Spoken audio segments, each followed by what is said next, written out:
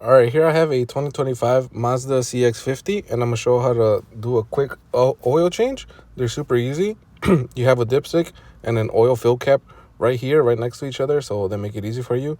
And I will say this is a 2.5-liter engine hybrid. It does take 0W16, and the reason they do that is because this is a Toyota engine.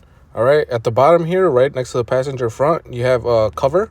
You have three 8mm bolts and one clip to remove that cover. But what I did is I just removed the three bolts and then I kind of slid the cover towards the back, leaving that clip in. And there's your drain plug and your oil filter. It is a 14mm drain plug. And then this is the part number for the oil filter. So make sure you get that one. As far as the torque, you want to use a new gasket, and it's 23 to 30 foot-pounds. And it also takes 4.5 quarts of 0W16 full synthetic oil. And then to reset your oil life, come here and press this home button, and it should take you right here. And what you want to do is you want to go up to information by turning this outer dial, I guess you want to call it. You turn it counterclockwise to go up, and then you click the center button. Then you turn it clockwise to go down.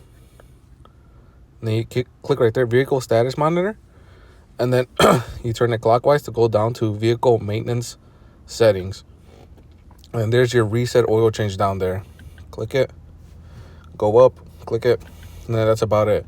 So the only thing I will say is there is two different services. Once I reset my oil life, the service light was still on. And that's because on this car, there's two different services that you have to reset. The oil change distance and then your next service, which is manual, which means you can set it yourself. So if it's in manual, like this, you can set it at whatever mileage you want. And this one was about 5,000, every 5,000 miles.